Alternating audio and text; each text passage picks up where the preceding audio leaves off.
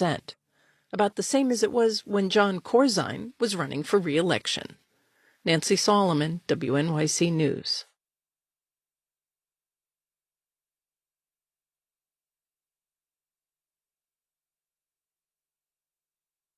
Support for WNYC comes from GEICO, celebrating over 75 years of providing auto insurance for drivers across America.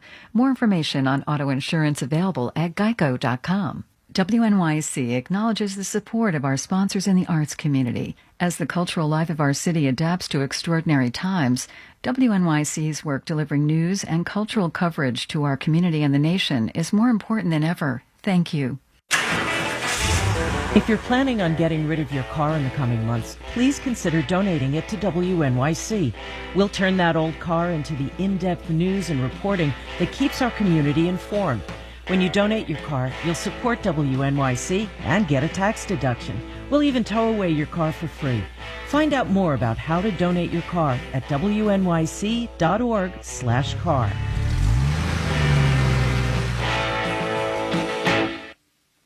The Marketplace Morning Report is coming up next, and then in 10 minutes at 9 o'clock, it's the BBC News Hour on 93.9 FM WNYC. Let's check in with London to see what they're working on this morning. Good morning, WNYC. I'm Razia Iqbal. On today's News Hour, Democrats plan a vote on impeaching President Trump, charging him with inciting violence against the government, and a judge halts the execution of the only woman on federal death row a day before she was due to be killed by lethal injection in Missouri. That's BBC News Hour coming up at 9 on 93.9 FM WNYC.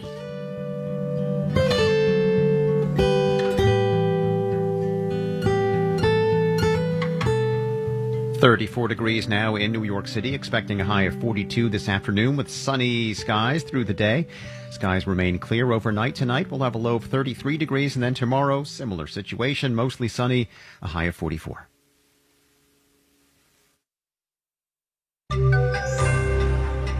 Can cloud computing giants kick out customers for what is seen as dangerous speech?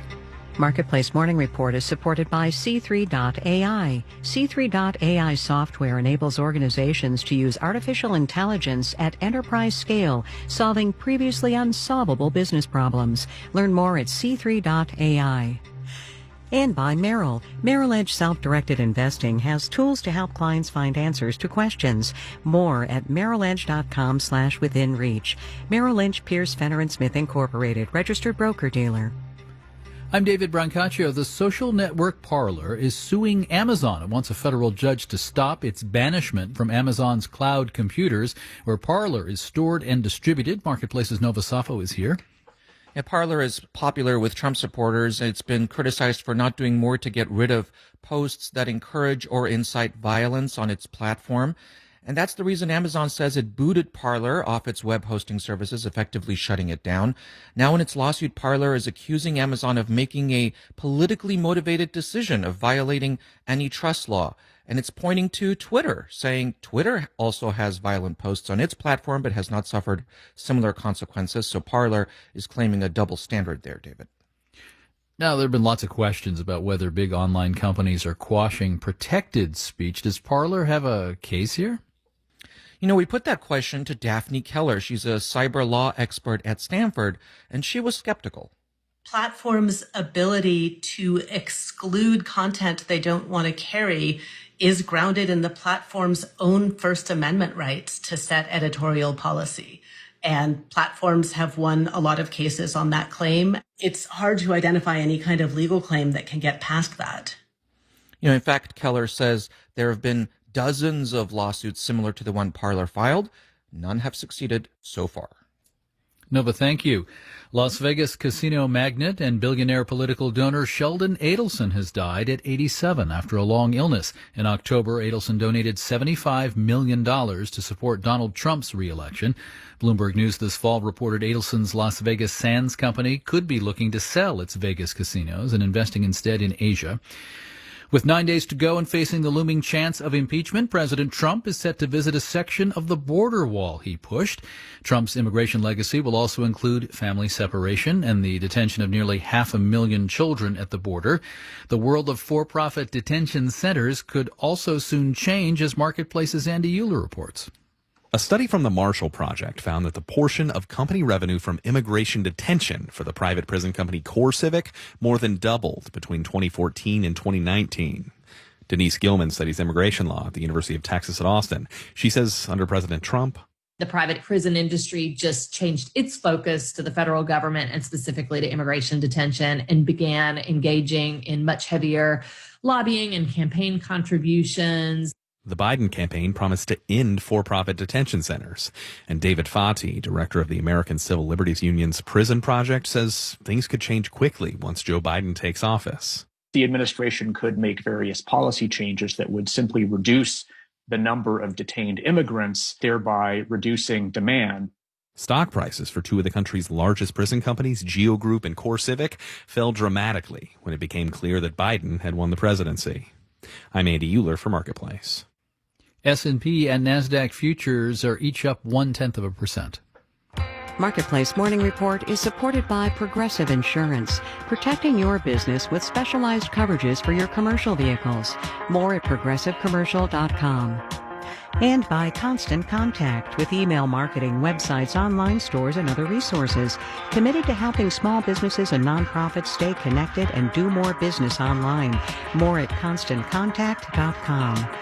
And by Fidelity Wealth Management, providing perspective on a client's entire financial picture. Investment minimums apply. Fidelity Brokerage Services, LLC.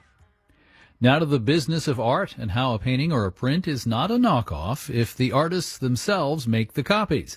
Today, the Marion Goodman Gallery in New York is opening an exhibition on what are called multiples, a movement that art critic Blake Gopnik says got high-end art into the homes of people who are not rich, families like his. Blake, welcome back.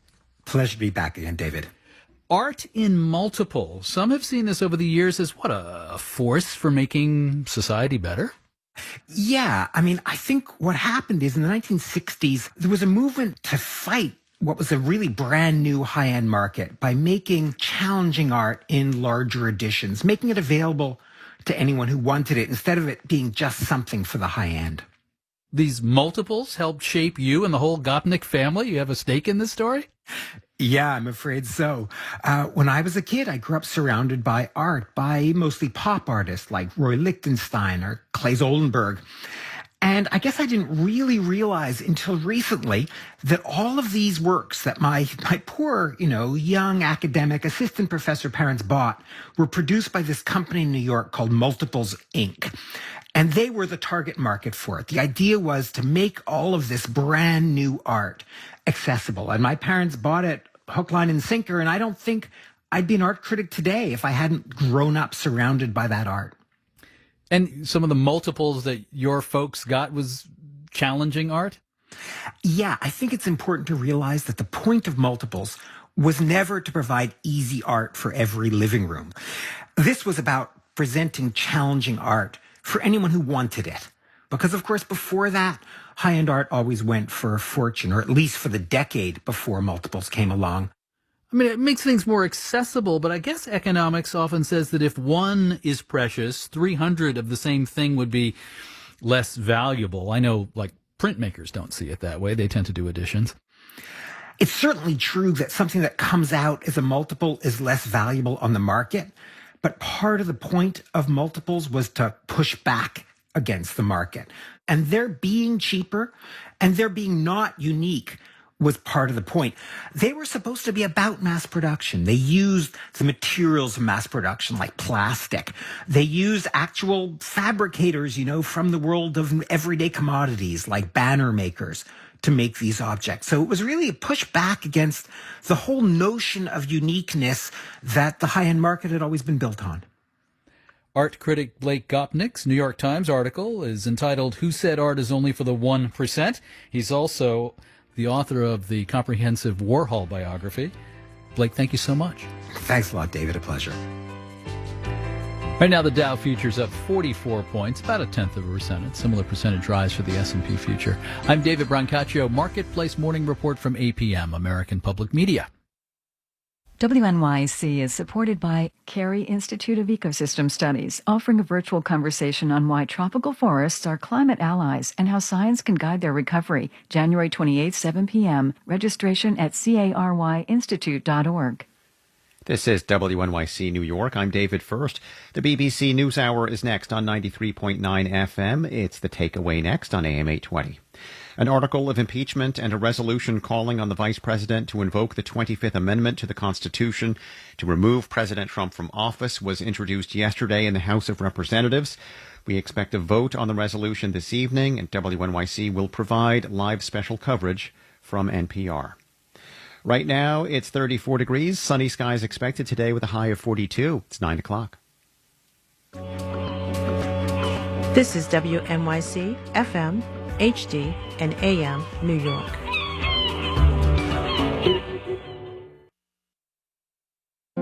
Welcome to NewsHour from the BBC World Service. I'm Razia Iqbal. The US House of Representatives meets to vote on the impeachment of President Trump. We'll speak to a newly elected Democrat congresswoman, and we have a view from a former Republican National Security Secretary. I don't think you should ever be standing for office again. I think there's an interesting question whether the 14th Amendment prevents someone who promoted and incited an insurrection from holding office.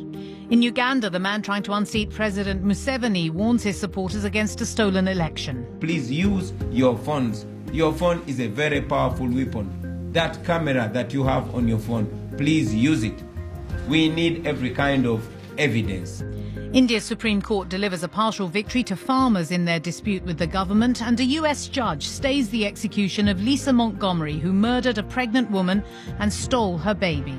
First, the latest world news.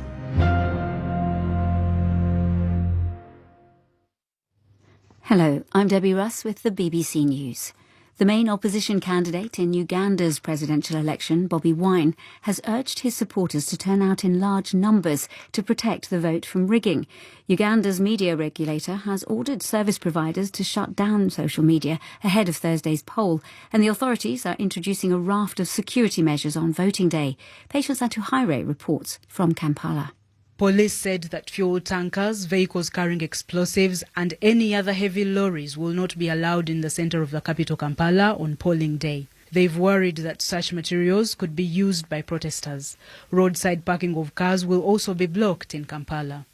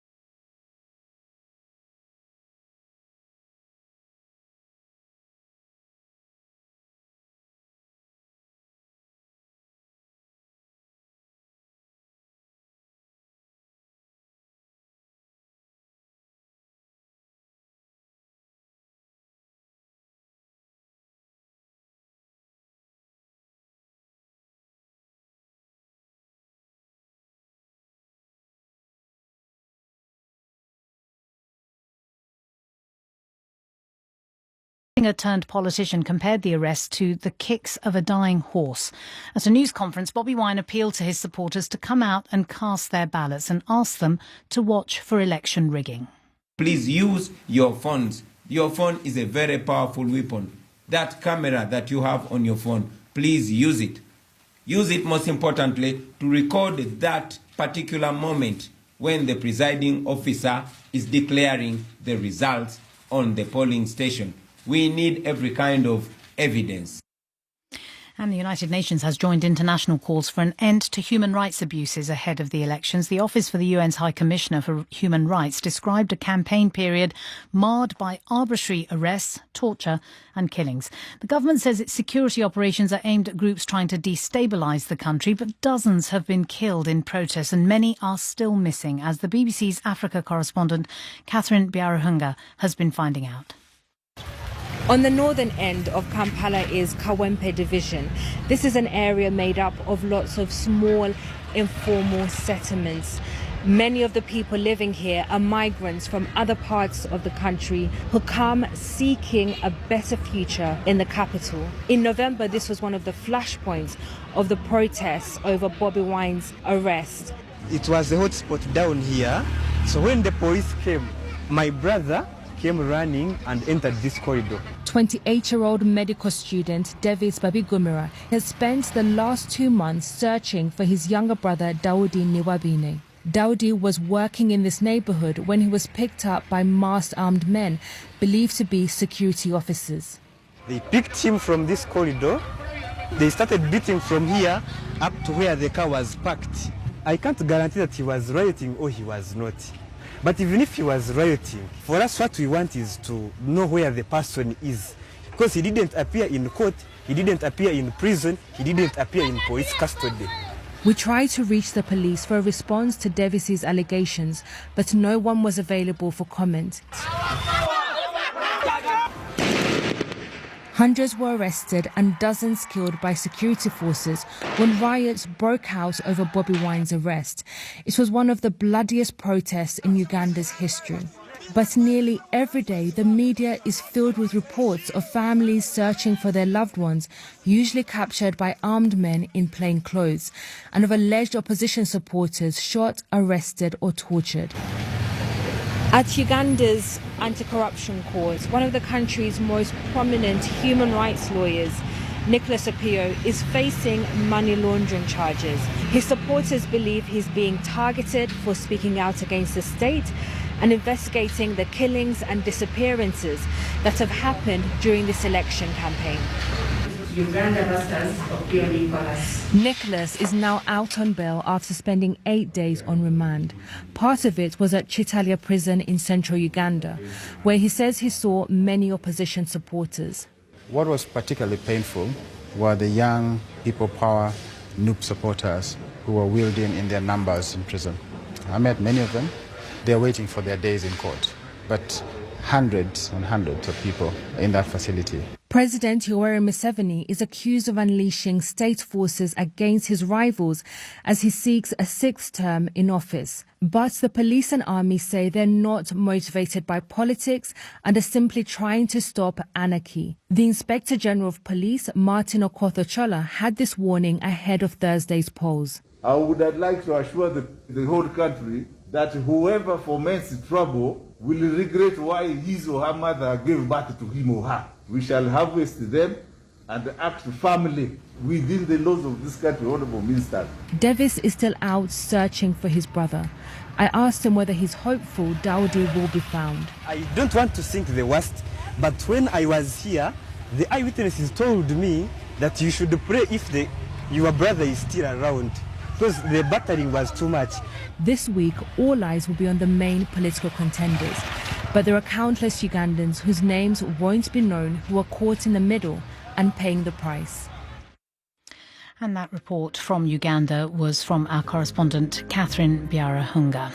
If you'd like to tell us what you think about what you hear on our programme, at BBC World Service is the network's Twitter handle. At Razia Iqbal is mine.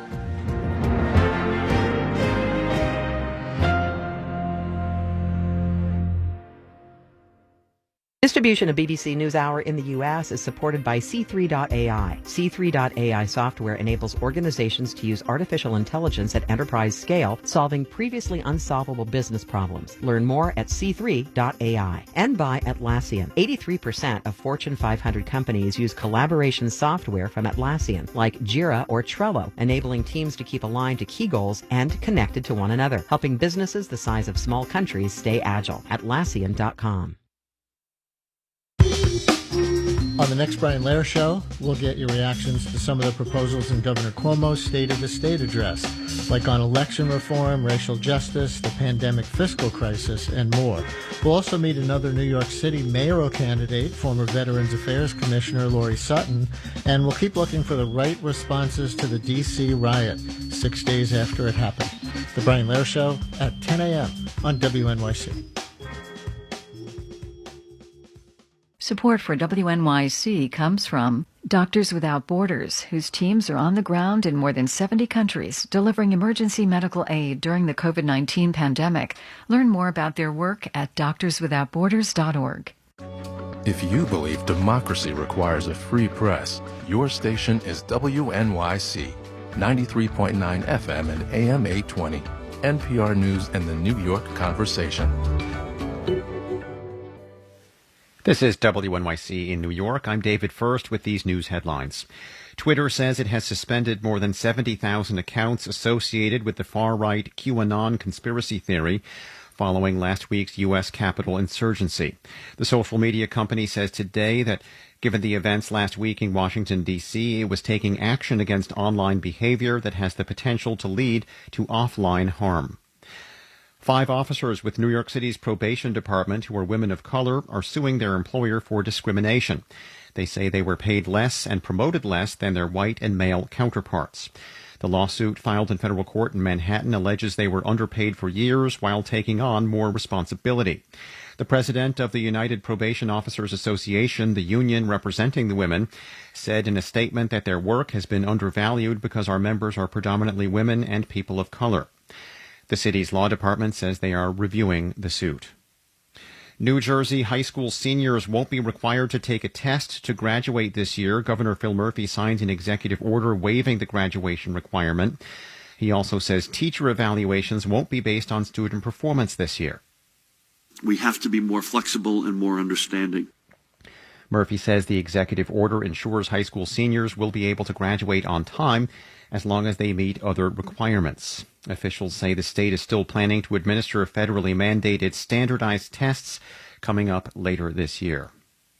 An aging New Jersey rail bridge that was long the source of delays and headaches for commuters will be replaced by a new Portal North Bridge. It is getting a long-delayed $766 million federal grant. New Jersey Transit will construct a 2-track fixed-structure bridge across the Hackensack River in Hudson County along the Northeast Corridor. 34 degrees now, expecting sunshine through the day today, a high of 42 degrees. It's WNYC. Welcome back to NewsHour. Industrial chemicals that were widely banned in the 1980s appear to be threatening the fertility of male porpoises living off the UK. Despite having been banned by the EU and several other countries, polychlorinating biphenyls, or PCBs, continue to enter the environment when they're not properly disposed of and are present in old electrical gear, as well as paints and other building materials. Rosie Williams is a researcher at the Zoological Society of London and Brunel University. Why look specifically at porpoises? It's really well established that these chemicals are very toxic, and there are several negative health effects that have been associated with them, from causing immune system suppression to neurotoxicity and also reproductive suppression. And they're a particular problem in cetaceans, which is whales, dolphins and porpoises. Those animals accumulate really high levels because they're apex predators, so they're feeding at the top of the food chain, and they have a long lifespan over which they can accumulate these chemicals, and they also have a thick layer of fat known as blubber, where those contaminants can accumulate. It's already been shown that PCBs can impact female reproduction rates in marine mammals. We were really interested to try and find out if they might impact male fertility too. So what did you measure then, and what did you discover? So we measured the concentrations of these contaminants in their blubber in stranded animals, because it's very difficult to measure these things in animals in the wild. So we measured those concentrations in their blubber, and then we also measured their testes weights. And we use testes weights as a proxy for male fertility because lower testes weights have been shown to correlate with things like lower sperm count and reduced levels of testosterone. And unfortunately, what we found was that animals with higher concentrations of PCBs in their blubber had lower testes weights. And the implications of this discovery? It's particularly concerning in harbour porpoises because their sole mating strategy is promiscuity. So they're what's known as sperm competitors, and that they compete against other males by trying to maximise the number of times and the number of females that they mate with.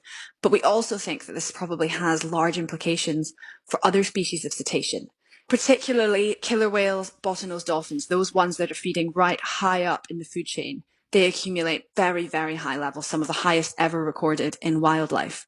And so if PCBs are impacting fertility, that's likely to have real problems at a population level. And if we look at the UK as a case study for this, we have 8 killer whales left in our resident population in the UK. That population haven't had a calf in over 20 years. And many scientists believe that's because they're exposed to such high levels of PCBs. Killer whales feed on harbour porpoises. They feed on seals. And so they accumulate much higher levels and they're at greater risk. So those toothed whales, those are the ones we're really concerned about, whereas baleen whales, they seem to be okay or face a much lower risk. But given that PCBs are banned already, what can conservationists and people do? Although they're banned, there's still estimated to be around 14 million tonnes of PCB contaminated equipment around the world. There's a globally significant international treaty known as the Stockholm Convention, and that was a commitment in 2000 to try and eliminate as many of these contaminants as we can. Now, countries made commitments to have destroyed certain amounts of PCBs by 2025 and 2028. At current rates of elimination, several countries, some in the EU and including the UK, are not going to meet those targets. So it's really important that governments take responsibility and increase the effort here. Dr. Rosie Williams. You're listening to NewsHour from the BBC. I'm Razia Iqbal. India now, and one of the largest sustained protests the country has seen in decades, persisting through bad weather, deaths by natural causes and suicide. Tens of thousands of farmers have been choking entry points to the capital, Delhi, putting pressure on the Prime Minister, Narendra Modi, over new agriculture laws that will open up farming to the free market. Several rounds of negotiations have failed, and today the Indian Supreme Court has put the legislation on hold. Our reporter Arvind Chabra with the BBC's Punjabi service has been speaking to the protesters. Well, I'm on the outskirts of the national capital of Delhi. This is called the Singhu border. The North Indian state of Haryana starts from here. This is one of the borders where the farmers from many states, they have been camping for more than a month and a half. Tens of thousands of farmers and their tractors and trolleys for several kilometers.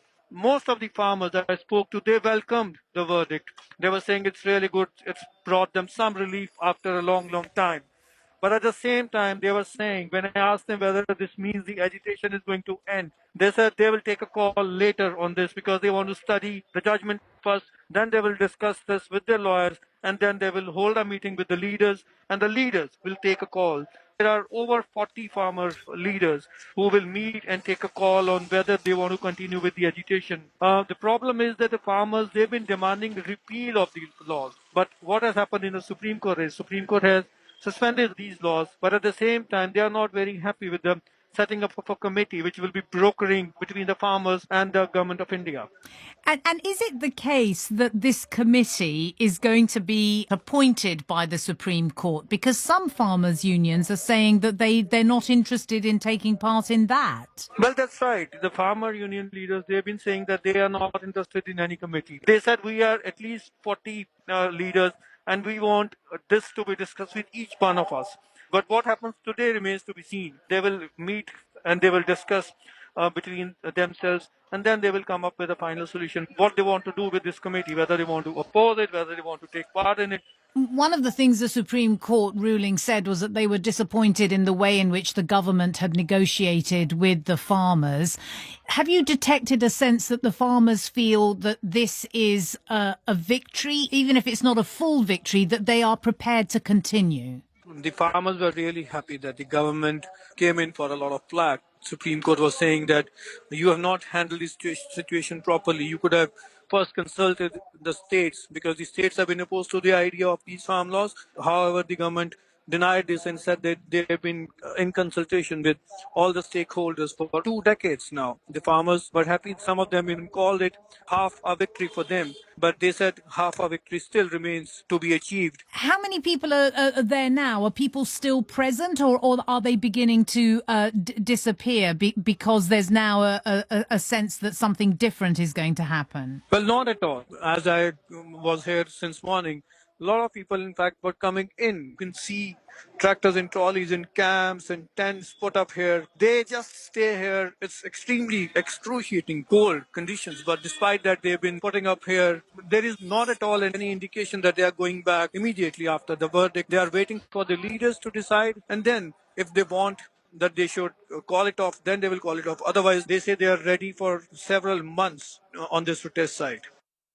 That was our reporter Arvind Chabra on the outskirts of Delhi. A short time ago, I spoke to our correspondent in the capital, Rajini Vaidyanathan, and asked her if the Supreme Court's ruling felt like the beginning of a shift in power the Prime Minister Narendra Modi currently holds. I think certainly, even though there's no real winner out of this judgment today, Razia, what this definitely is in a way, an admonishment towards the government saying, look, you need to do something. You need to take a look at these laws because the Supreme Court has effectively suspended them for now.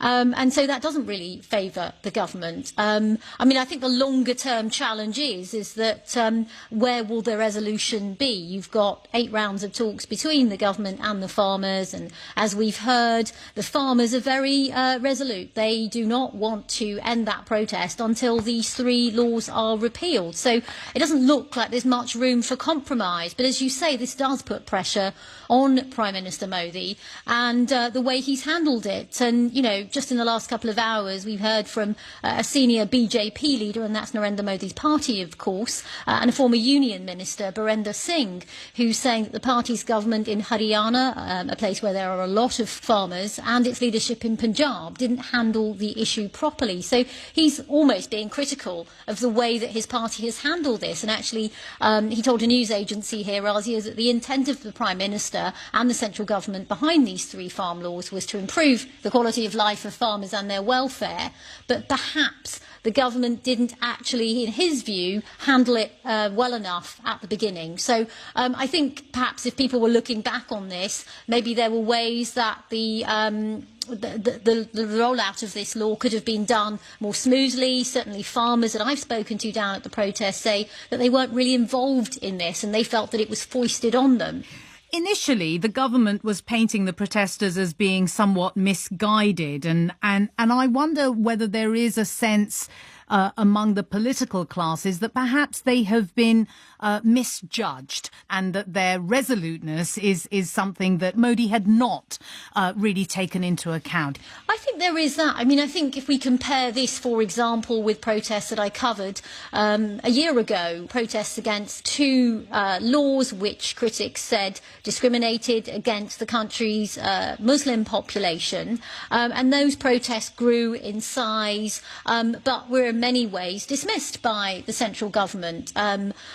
Minorities, Muslims in particular, are not seen as a key vote bank. What is different, I think, is the fact that the farmers are seen in certain states as important voters for the ruling Hindu nationalist BJP party. And so, in many ways, there is no way that this can be ignored. But at the same time, I do think that the feeling from the government is that this is the right thing to do for the country's economy, for the long-term future of farming, that this sector, which a huge proportion of India's economy relies on, does need to be liberalised. So I think that is where it is very difficult for the government, I think, to just say that they are willing to repeal this, because I think people in the government believe that this is the way to move farming forward economically. That was our correspondent in Delhi, Rajini Vaidyanathan.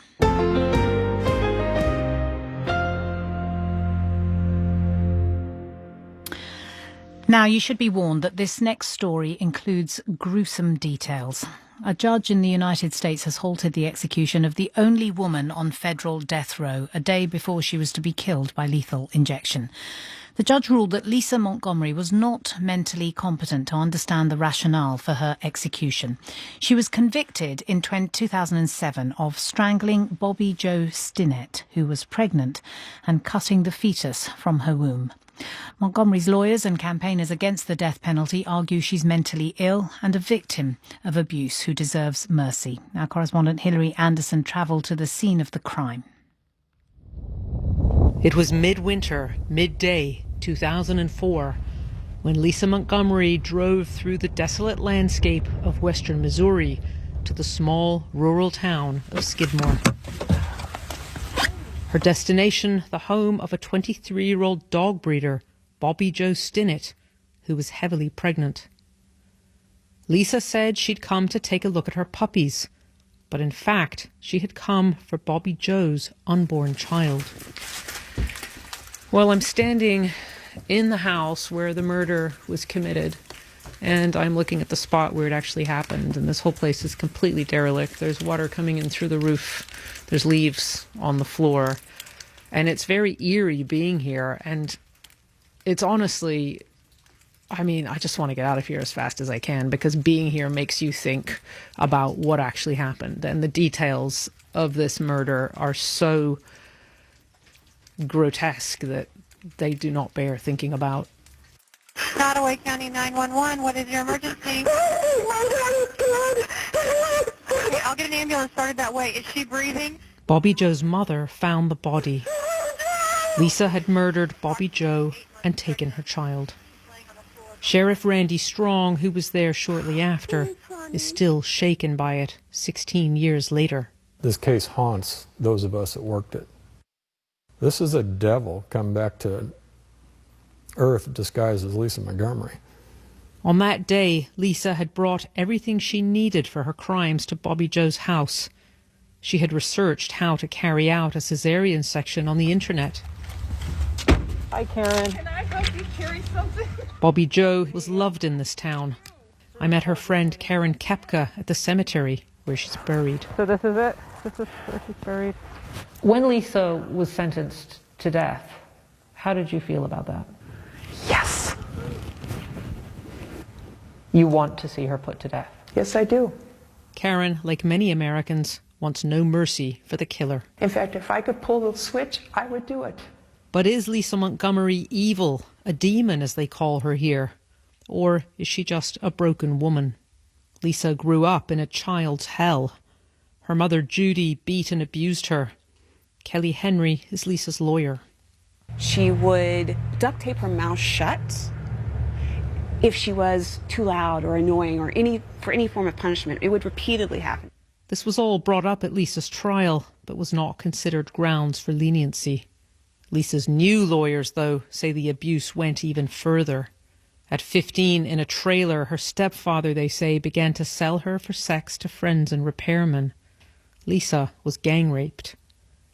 Diane Mattingly is Lisa's half-sister. So the plumbers would come in and have sex with her. Or if they needed electrical work, hey, I got a daughter here you can have sex with. It went on for years. Lisa, who has brain damage, has now also been diagnosed with mental disorders that make her delusional. Those in favor of the death penalty point out that Lisa planned her crimes carefully, and they call talk of her mental conditions excuses. Well, I'm standing outside Terre Haute Prison now in Indiana. This is where Lisa Montgomery will be led to her death. And this is the place where already since July, 10 prisoners have been executed under President Trump. Our Father, who art in heaven, hallowed be thy name. A small group of protesters had gathered outside the prison. They held a sign with photos of the others who've been executed here in recent months. Unitarian minister Bill Breeden. I think it's basically red meat for his babes. That's the only reason he's doing it. They love executions. His base loves violence. President-elect Biden, soon to take office, says he will abolish the death penalty. But it may be too late for Lisa Montgomery. And we'll just keep tolling this bell until we hear that she in fact has died. That was Hilary Anderson reporting from Missouri. You're listening to the BBC World Service. This is NewsHour.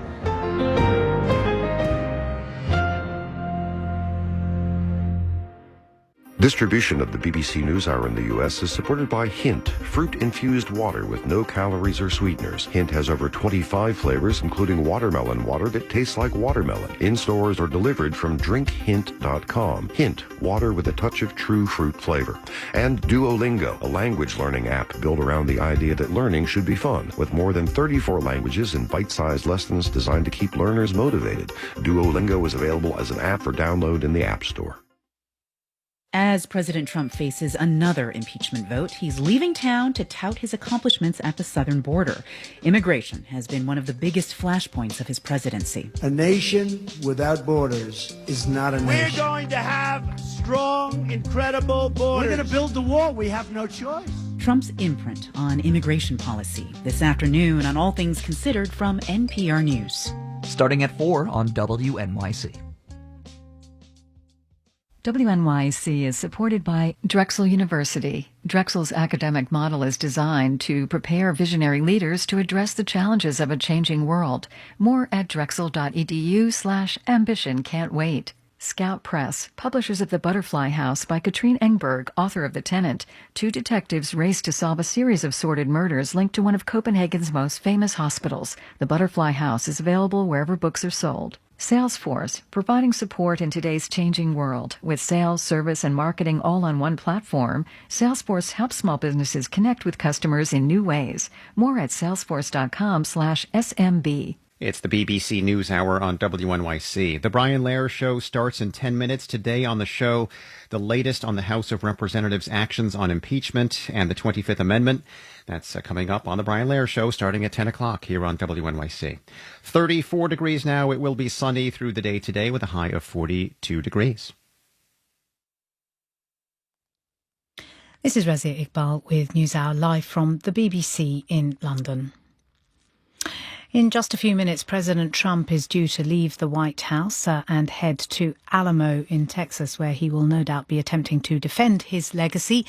It will be the first time the president will have left the White House since January the 6th. Let's talk about him and his supporters with one of them. I'm joined by Conservative commentator Eric Bolling, who presents the America This Week TV show. Welcome to the programme. Thank you, Razia. Pleasure to be here. Do you still support President Trump? You know, I've known President Trump and I've known Donald Trump for the better part of 2 decades. And I support Donald Trump because I know the man personally. He was, you may not know my story, but I lost my only child about 3 years ago. And President Trump called me and says, if there's anything I can do, can I send a plane to get you there? It's in the middle of a storm happening. And for that, and he called me a couple of weeks later at a Thanksgiving dinner and said, we're thinking of you. So I'll always love the man for that. Okay, so the man has compassion for individuals, people that he's friends with. Yes. But do you support the things that he said on the 6th of January, which many people are arguing are the basis of the impeachment against him, led to those people assaulting the Capitol building? Correct. I was about to say that there is no supporting what happened on January 6th on Wednesday. There's no supporting that. I denounced that. I denounced everything that happened. The problem, what I believe happened is Donald Trump had a bunch of supporters who congregated to support him, and he didn't understand that just saying something as seemingly innocuous as go over there and let them hear your voice, that's all they needed to hear. They were fired up into a frenzy. They were wrong. How can you say it's innocuous, though, sir? How can you say it's innocuous when you talk about, when he says to them, you know, that this is theft, don't let them steal it from you. This is inciting them to behave in a particular way, isn't it? Well, I see, Razi, I would disagree with you. I think that's the American way. Peaceful protest is, you know, we went through a summer of protests where people were told it's okay to protest and at times do things that were unseemly. I don't think Trump ever thought this group was going to go ahead and ransack the U.S. Capitol and put people's lives at stake, and Brian Sicknick being killed and others being killed. That was an outcome that even But President why didn't he Trump, come out and completely condemn it then? He didn't. He's made a mistake. I'm telling you, if you give me a second to explain, I'm denouncing what happened. I'm denouncing what President Trump did. I'm denouncing the people who were around him who supported, some of the actions after people were dying in the U.S. Capitol. No one in their right mind on the right is going to support anything that happened, and you have to place the blame at the altar of where it was administered, and that was President Trump. He's a friend of mine for a long time. Okay, but do you think in that what you've just said, do you think that should result in him never being able to hold office again? Because if he's in a position of power and he doesn't apologise and he doesn't say this is terrible, it shouldn't have happened, he in fact said, we love you. He told the people who had done this that he still loved them. So do you think he should be prevented from holding office again? I think he will be prevented from holding office. I think the Democrats are out to make sure that happens, not Biden necessarily, but Nancy Pelosi was on 60 Minutes making clear that they were going to go for it. Whether they do that or not, he is precluded from ever running it. He'll never win public office again based on what had happened there. Like it or not, his value and his power and his viability have been greatly diminished. And for a guy whose ego is everything, this will go down as one of the biggest fall from graces in the history of American politics, if not in American life. I would say. I think that he is not going to be able to run for office. A bigger problem for him is he's diminished his marketability for the next 4, 8, 10 years going forward, and his whole family. The Trump brand is greatly tarnished. Eric Bolling, conservative commentator, presenter of America This Week. Thanks for joining us. Now, the idea of America is sacred for Americans, that shining city on a hill notion that American democracy is a beacon of hope for people has, of course, become tarnished by President Trump not accepting he lost an election, and his supporters being prepared to assault the seat of power and cause injury and death has shaken not just the political class. I've been speaking to someone who was present at the Capitol building last week, an academic, and his wife, a photographer. They're not supporters of President Trump and have attended many rallies as observers and sometimes participants, though not on January the 6th. Terry Boughton told me first what they saw outside the Capitol. The crowd that was there was very mixed. A lot of the images of the insurrection on TV, of the people in the long beards who look menacing, and the guy in the Viking hat with all the tattoos who looks crazy. But that wasn't the majority of the people there. That the majority of the people there were just normal-looking people. This was a pretty, middle-aged crowd. In fact, you've described it as preppy-looking country club Republicans. They were there. It was a whole mix of the base of the Republican Party. A lot of average-looking people, which was what was really chilling about it to me, given the kinds of violent rhetoric we were hearing as we were walking around the crowd. And they were talking about this as just the beginning. There was an embrace of violence and what had happened. Certainly if they were in front of the Capitol, they saw the melees at the gates and then at the door and knew that there had been violence that had happened, even on the outside. They were cheering it on. They weren't put off by that, nor were they put off by the sight of lots of paramilitary kind of guys and obvious white supremacists. And in terms of Fortress Washington, how did that strike you?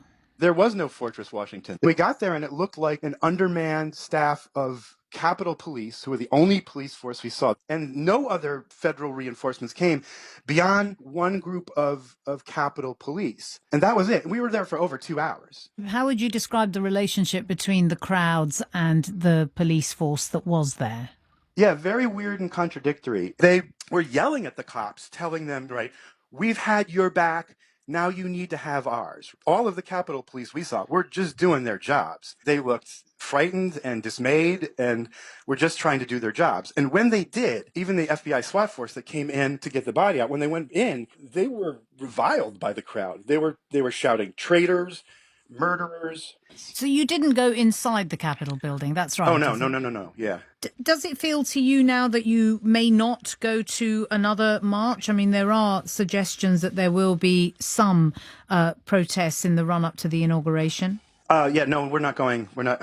I won't be participating again. I've had some threats as a result of the Twitter post I wrote. Nothing that I took as serious, but these are people who live in a conspiratorial world, who are geared up right now for violence. Most of these folks will back down. Most of these folks are middle America. And as much as they use violent rhetoric, and as much as they would celebrate and cheer on I got the sense that if they came out with Nancy Pelosi and, hanged her in that gallows that they constructed outside the Capitol, like I got the sense that a lot of the crowd would have cheered, as frightening as that is. I don't think those people would have done it themselves. I'm sure there would have been plenty of people who were horrified, but I think there definitely would have been people who cheered, and those people would have been, your neighbors. Terry Boughton, I'll be back tomorrow. I hope you'll join me then. Bye-bye. This is WNYC, FM, HD, and AM New York.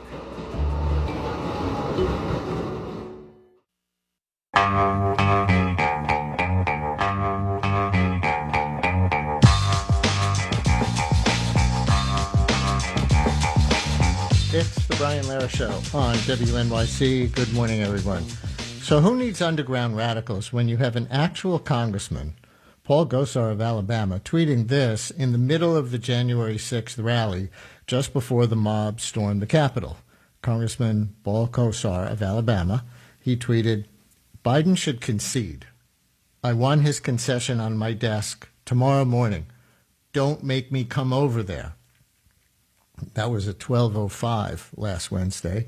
As the New York Times notes today in its article on Gosar and others, once the siege began, Congressman Gosar tweeted, "Let's not get carried away here." Like, who, me? I didn't do anything. I didn't set you up for this. Blame someone else. And who needs outside agitators and stealthy insurrectionists when you have an actual congressman, Mo Brooks of Alabama this time, riling up the crowd in D.C. last Wednesday like this? Today is the day American patriots start taking down names and kicking ass. And a few seconds later, he said this. Are you willing to do what it takes to fight for America? Louder! Will you fight for America? Congressman Mo Brooks calling on the crowd to yell louder about being willing to fight and saying they should, he called them at the beginning American patriots. And speaking of patriots, for all you New York Jets fans who spent the last 20 years hating Bill Belichick for leaving the Jets and coaching the New England Patriots to 9 Super Bowls instead, yesterday Belichick announced he would decline President Trump's offer of the Presidential Medal of Freedom. Belichick released a written statement supporting, quote, our nation's values and stating that having worked with his players to combat social injustice, quote, continuing those efforts while remaining true to the people, team, and country that I love outweigh the benefits of any individual award. Many more New Yorkers may suddenly not root against Belichick so hard.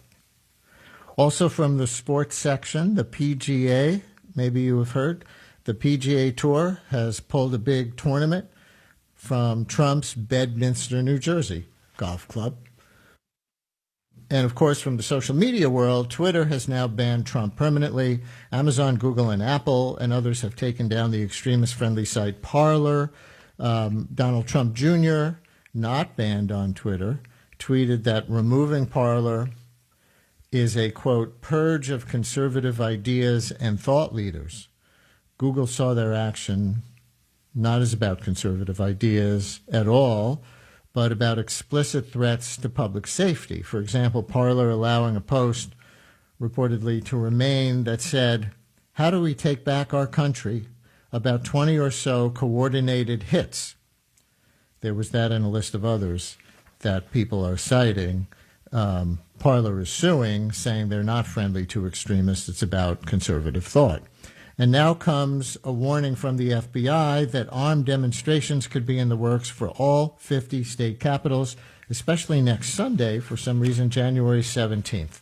With me now, New Yorker Magazine staff writer Andrew Marantz, who specializes in the intersection between political extremism and social media. He is author of the book Antisocial, Online Extremists, Techno-Utopians, and the Hijacking of the American Conversation.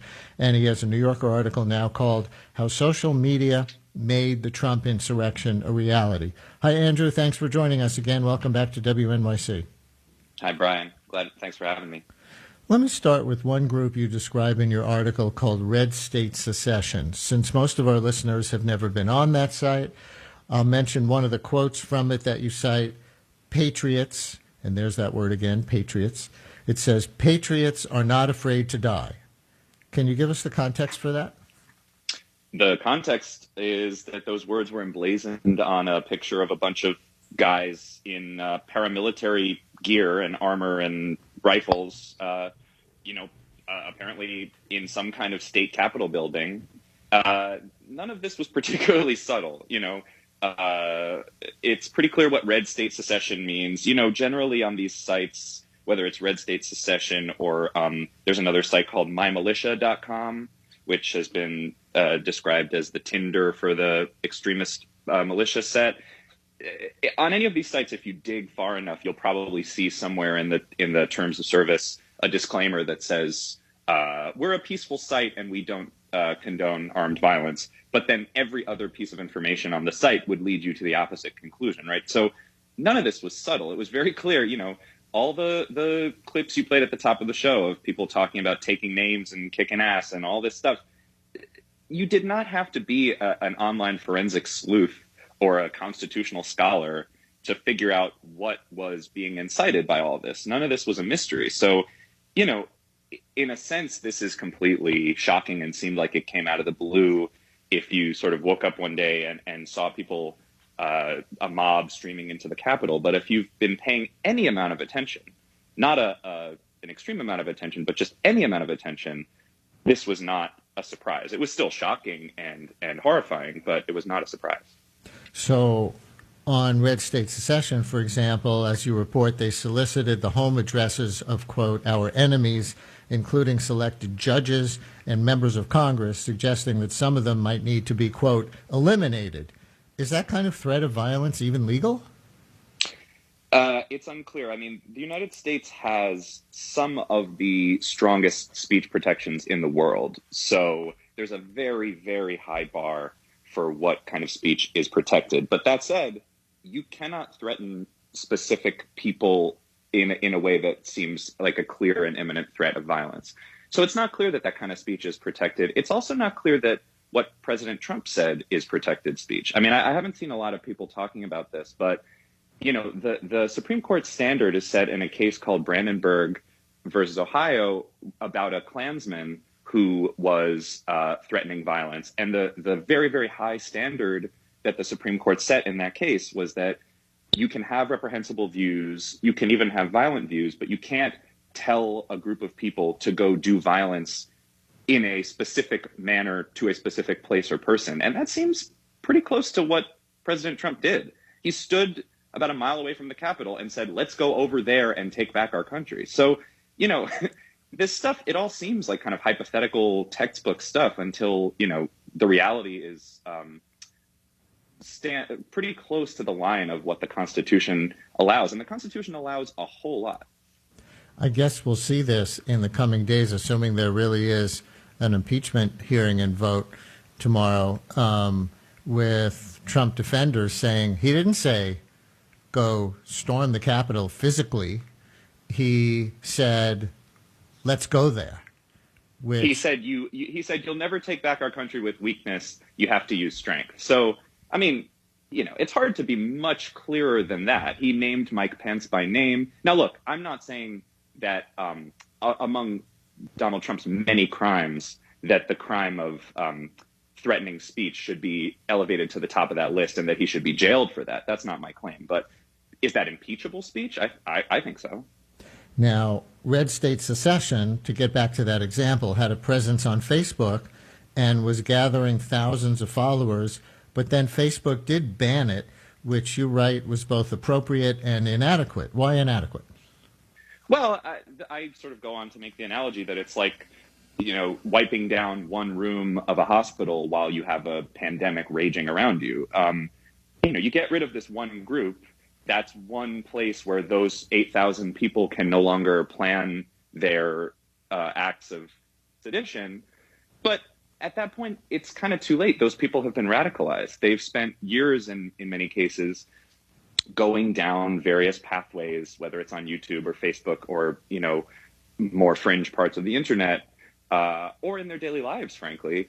And now that they're radicalized, it's much harder to get them out of it. So, yeah, you've taken away one obvious place for them to congregate, but there are still many other Facebook groups. There are still many other parts of Parler and Gab and Twitter and Reddit.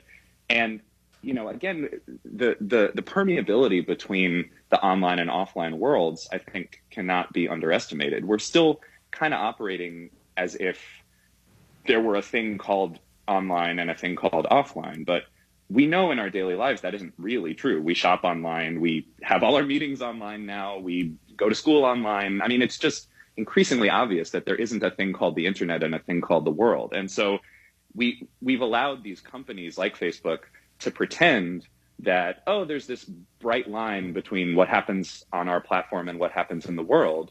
That's never been true. And they've always been clear that it's not true, because when it comes to, purchasing behavior or things that they want to sell to advertisers, they're very clear that they can manipulate people's behavior and people's emotions. But suddenly when it comes to things like politics, we have nothing to do with that and our hands are clean. But that's not true. So that's why it's inadequate. You can't just shut down one group or 100 groups and then say, okay, we're Facebook, we've done our job. No, you brought us this far. You broke our discourse this much. You have to do more than just backtrack a couple of steps. Which would be what?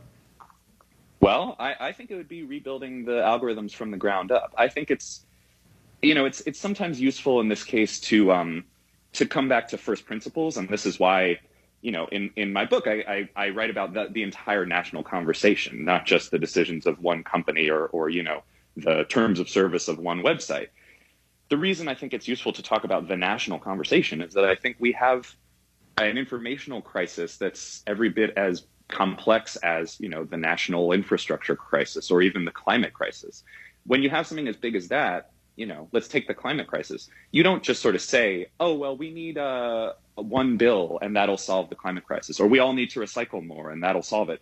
We need to rebuild the entire way we've constructed our society and our economy if we want to reverse this massive existentially threatening trend. And I think it's similar in the information landscape. It's just that we're less practiced at seeing the dangers that way, but I think they're just as real. Listeners, who has a question or a comment for Andrew Marantz from The New Yorker, who specializes in the intersection between political extremism and social media. We're looking back to last Wednesday, and we're certainly looking forward to the coming days and, as you just heard, to the coming era of rethinking our relationship with social media in the light of the extremist cultures that have taken root on it. He is the author of the book, Antisocial, Online Extremists, Techno-Utopians, and the Hijacking of the American Conversation. And he has a New Yorker article now called How Social Media Made the Trump Insurrection a Reality, 646-435-7280. If you have anything to contribute to the conversation, or if you just want to ask Andrew a question, 646-435-7280, or you can tweet at Brian Lehrer. In the short term, Andrew, are there other things like red state secession still on Facebook today as we look at the FBI warning that there could be armed demonstrations at all 50 state capitals in the next few days? Yeah, I think that the reason that you saw Facebook and Twitter taking action against Trump and his loyalists in a way that you've never seen them do before is that they are pretty clearly worried about imminent future violence, right? Because what you saw is in the wake of this insurrection, you had Mark Zuckerberg saying, we're going to suspend Trump's account because he is a threat to the safety and viability of our democracy, or however he phrased it. Now, my argument was, I don't see why that was true on January 7th, but it wasn't true a week ago or a year ago or 4 years ago. I mean, Trump has been openly violating the rules of all these platforms for years, ever since and before he started running for president.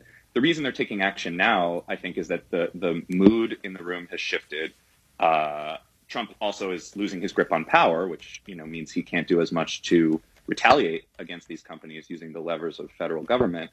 But also, they don't want more blood on their hands. They have enough blood on their hands as it is. They don't want to wait for more violence to happen, not only in D.C. potentially, but also, there are potential violent protests that apparently are being planned at all 50 state capitals in the coming weeks. So I think if you're one of these companies, like many members of the Trump administration, you suddenly see people discovering their conscience and scrambling for the exits.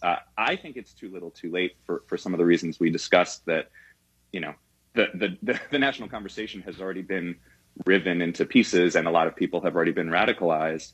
And again, because they're not changing their algorithms so that they're no longer promoting incentivizing incitement and encouraging the excitement of the basest impulses and emotions. So they're not fixing it at that level, but they are interested enough in their self-preservation to say, okay, if Trump is going to encourage further riots, we don't want it to happen on our specific platform. Ray in Brooklyn, you're on WNYC with Andrew Marantz. Hi, Ray. Hey, how you doing? You're speaking to a former boot boy from New York City, and by boot boy I mean a skinhead. My crew in Boston was STAFF, which stood for Stomp on That Beep Effing Face. All right, Mr. Lear, you had an interview with one Chris from a white supremacist group called White American Youth.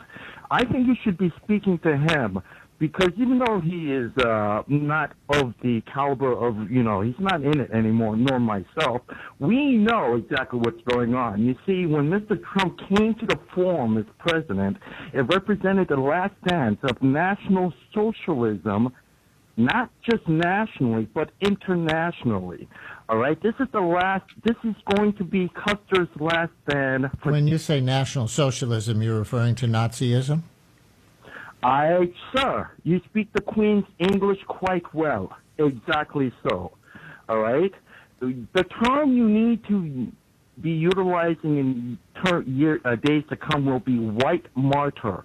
A white martyr will be the American Caucasoid equivalent of a Muslim with a bomb vest walking into civilian in a domicile and blowing themselves up.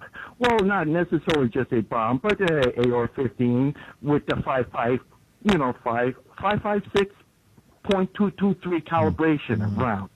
All right, sir?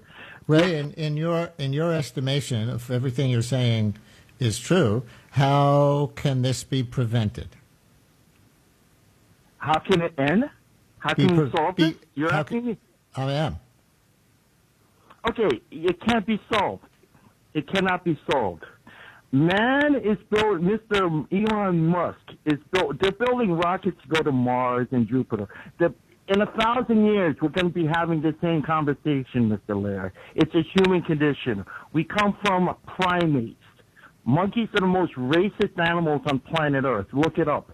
We can't help ourselves. It's going to go this country. Ray, thank you very much. And without giving too much credence to calling Trump a Nazi, there are many things we could call him.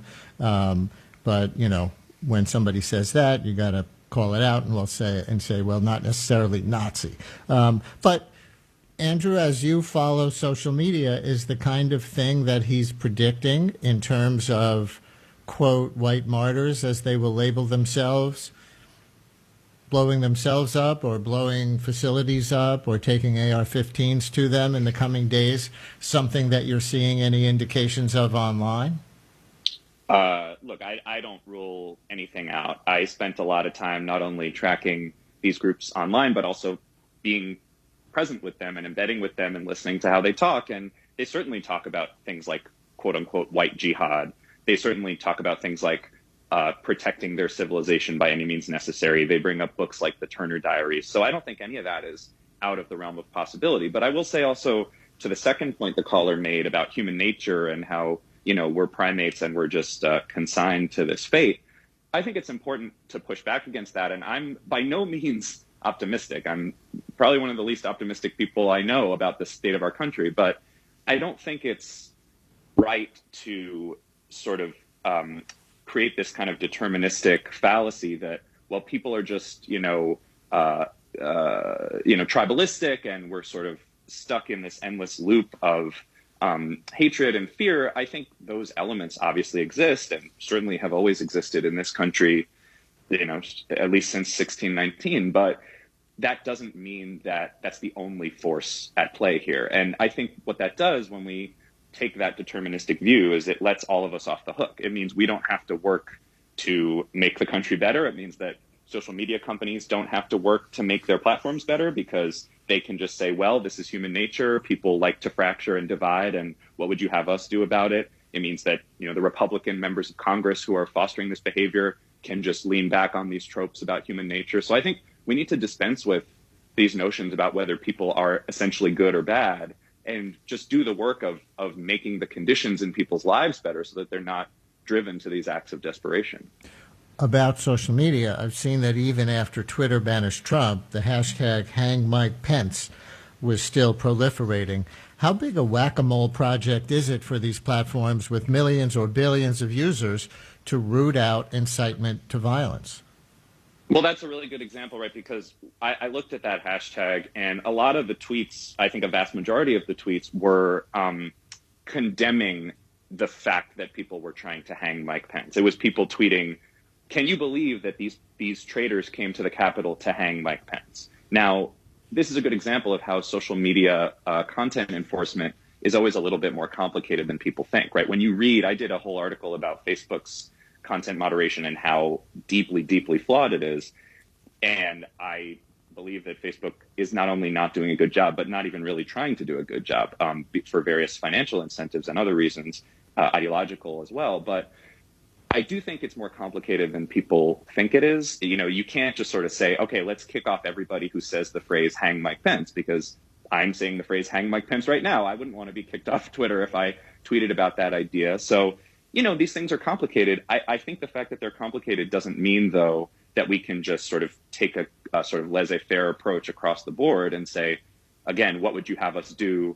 We'll just let people be people and we'll let the marketplace of ideas sort it out. I think the fact that it's complicated means that you have to step up your game if you're one of these companies, and you have to say, okay, we decided about 15 years ago that we were going to disrupt and innovate and change everything about how human communication works. And now we've done it, and the world is more unstable, and a lot of former liberal democracies are trending toward authoritarianism. And, maybe we should redouble our efforts to reverse that and actually clean up the mess we've made instead of just continuing to move fast and break things. We'll continue in a minute. Brian Lehrer on WNYC. On the next All of It, the documentary Some Kind of Heaven takes us inside America's largest retirement community, sometimes called Disneyland for retirees. Director Lance Oppenheim joins us to discuss. Plus, a conversation about the hospitality industry, safety, and customer entitlement during COVID. And we'll take your calls. I'm Allison Stewart. Join me for All of It, weekdays at noon on WNYC. WNYC supporters include Cary Institute of Ecosystem Studies, offering a virtual conversation on why tropical forests are climate allies and how science can guide their recovery. January 28, 7 p.m. Registration at caryinstitute.org. Showtime, presenting Your Honor. In this awards-eligible limited series, a judge discovers how far he'll go to save his son's life, starring Bryan Cranston, now streaming on Showtime. The Mount Sinai Hospital, voted to Newsweek's World's Best Specialized Hospitals 2021. They were recognized in all categories, including #1 for cardiology and gastroenterology in New York. Learn more at mountsinai.org.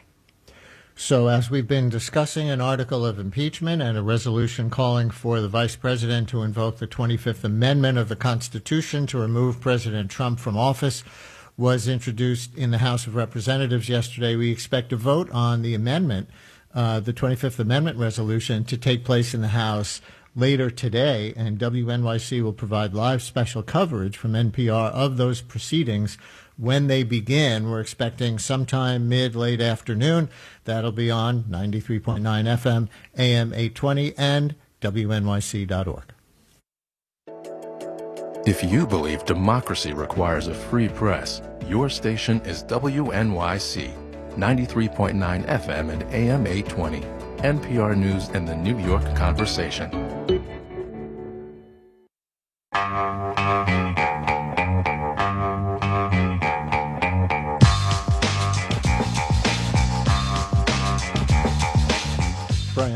WNYC as we continue with Andrew Marantz, New Yorker staff writer who specializes in the intersection between political extremism and social media. He is author of the book Antisocial: Online Extremists, Techno-Utopians, and the Hijacking of the American Conversation. And he has a New Yorker article up now called How Social Media Made the Trump Insurrection a Reality. Can you talk about Parler in particular and the degree to which it had become a gathering place for people with violent intent? Yeah, I would say Parler and Gab are the two companies right now that are fighting for the mantle of the kind of far-right equivalent to Twitter. You often see this when a company like Twitter gains enough prominence. You see what I have called a bizarro version of that platform. So when Reddit starts enforcing rules against egregious content, you have competitors to Reddit. When Twitter started enforcing its rules, you had competitors like Parler and Gab. And yes, those were places where it was much more of an echo chamber. You saw they're much smaller than a place like Twitter, but they're much more extreme. And so that's essentially the trade-off, is that if you go on Twitter and say, on January 6th, I'm going to bring explosives and handcuffs and try to assassinate the vice president, you would get kicked off of Twitter. You probably wouldn't get kicked off of Parler because they don't take a proactive approach to content moderation. In fact, they take a very, very laissez-faire approach, almost extremely so. There have been interviews with the CEO saying, well, I don't even know what's on my platform, and I don't think it's my job to know. They have this jury system where a jury of 5 of your peers can decide, but if 5 of your peers are radicalized white terrorists, then your incitement of violence post will stay up. So, that's a coherent view that, we're a private company and we should be allowed to let everything stay up. And because of, Section 230 and a number of other reasons, it's a view that they can get away with. But I certainly don't think it's good for the world to simply, let people plan whatever acts of violence they want to and just wash your hands of it. Let me throw a couple of arguments at you that I've heard against this sort of serial deplatforming of extremists who aren't committing actual illegal acts of threatening violence with their speech. Parler has been deplatformed by Google, Apple, and Amazon. How much does this make the risk of violent extremism go away as opposed to just go further into its own bubbles and onto its own servers and other ways of using the web to recruit and communicate that are further underground? Yeah, I think you're right. This is the trade-off, right? You never make this stuff fully go away. And look, there are obviously reasons to protect the freedom of the internet. I don't want us to, gloss over this. Freedom of speech is monumentally important. I don't want to live in a world where the United States government is shutting down every website that it doesn't like and, seizing the servers of, blogs because they don't like the speech on those blogs. I think it's very important to keep that slippery slope in mind. I think that as long as we're invoking that slippery slope, though, it's important to invoke the opposite slippery slope, that if you just have people openly planning insurrection on mymilitia.com, that you don't have any checks on that speech. So to your point about whether, these things fester and sort of keep going on if you put them in their own little echo chambers, I think that is a worry. But I have seen a lot of research that suggests that deplatforming works for the simple reason that, there are only so many people who are already pre-committed to hardcore, violent or radical ideas, right? So it's not the case that 75 million Americans are predisposed to like the idea of, erecting a gallows outside the Capitol. That just is not the case. But it is true that there are a lot of people who are angry at the Democrats or angry about the state of the country and could be drawn along a pathway to radicalization. A lot of the people that I spent time with over the years I was reporting my book would talk about the quote-unquote libertarian to alt-right pipeline.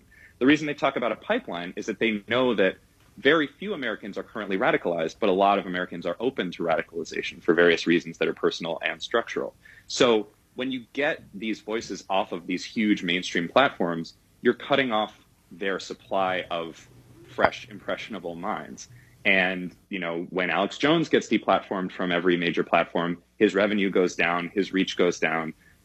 It may seem inconceivable, but I think the same thing is about to happen to Donald Trump. Not to say that Donald Trump is going to go away, but his reach gets cut off. This is why he cares so much about his Twitter account. So, yes, you do have the problem of echo chambers and putting people into their own little nooks and crannies, but there are a lot of researchers who think that the trade-off is worth it.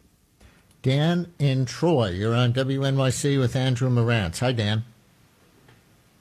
Hi. Yeah. Thanks for taking my call. I've heard a lot about mainstream platforms like Twitter and Facebook, and a wide variety of others that have cut off Donald Trump. I haven't heard a lot about YouTube, and from what I understand, YouTube is an important radicalization engine because they try to keep you watching more and more videos. And I'm wondering if the guest could speak to that a little bit. Thank you, Dan. Andrew? Yeah, that's a really good point. YouTube is hugely important in this. My friend Kevin Roos at the New York Times has done great work on this, as have a lot of other journalists at the Times and elsewhere.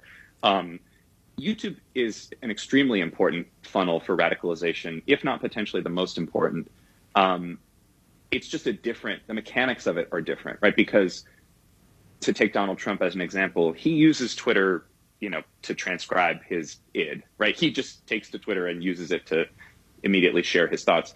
YouTube is a little bit different. There are some people who are sort of used to the act of vlogging to, sort of transcribe their thoughts live on video to the world. But most people are not like that. Most people, are sharing videos that were made by someone else, or they're kind of putting together things in a more calculated way. So it's just the mechanics are different. I think the caller is totally right that YouTube needs to be reckoned with as a huge part of the radicalization problem, and specifically their algorithm. We talk generally about algorithms and how we need to get the algorithms under control, but what is meant by that is pretty specific. These algorithms are designed to incentivize certain things and optimize certain things. The YouTube algorithm in the past was optimizing, it seems, for watch time. So they wanted to keep you hooked on the platform, and whether it was humans or machine learning, whatever combination thereof, figured out that the way to keep people hooked to the platform was to give them more and more extreme content, whether that was more extreme political content, more extreme baking content, more extreme distance running content, whatever it was. They've now tweaked that a little bit, but they haven't completely flipped the incentive structure on its head to, force feed you, civics education or, whatever the opposite of extremist content is. So that's all just to say that the caller's absolutely right. All of these companies have their own internal incentive structures, most of which are totally opaque to us because they are black boxes. They're private companies that don't, report their, algorithmic makeup in any kind of, publicly transparent way. So they're continuing to manipulate us. They might make these high profile decisions or bans, but, the basic incentive